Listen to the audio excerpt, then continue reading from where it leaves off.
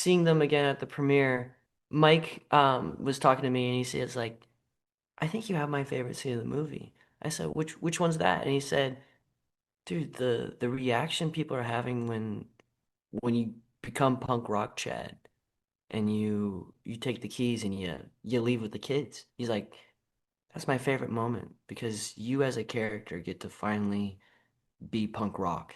He said, I love that. I was like, that's that's really cool. Thank you.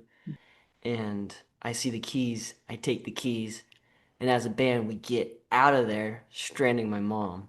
Um, and even like listening to it at the premiere, like how excited people were. People are clapping and cheering at that moment, so excited.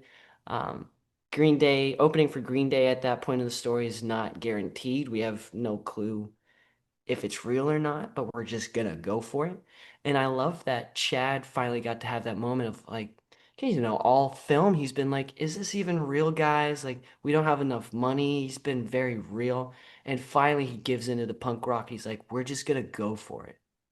Because Chad is more of the nerdy, uptight, um, very strict upbringing kid who is brought into this punk band.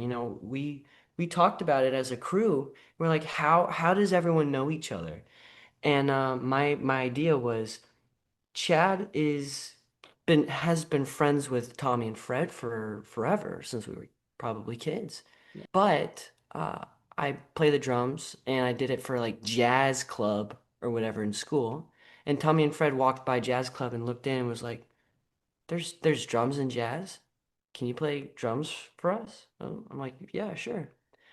And in Chad's need for friends and for his beginnings to break out of his mom's strictness and to become, more punk rock, he's willing to give in to be with these guys.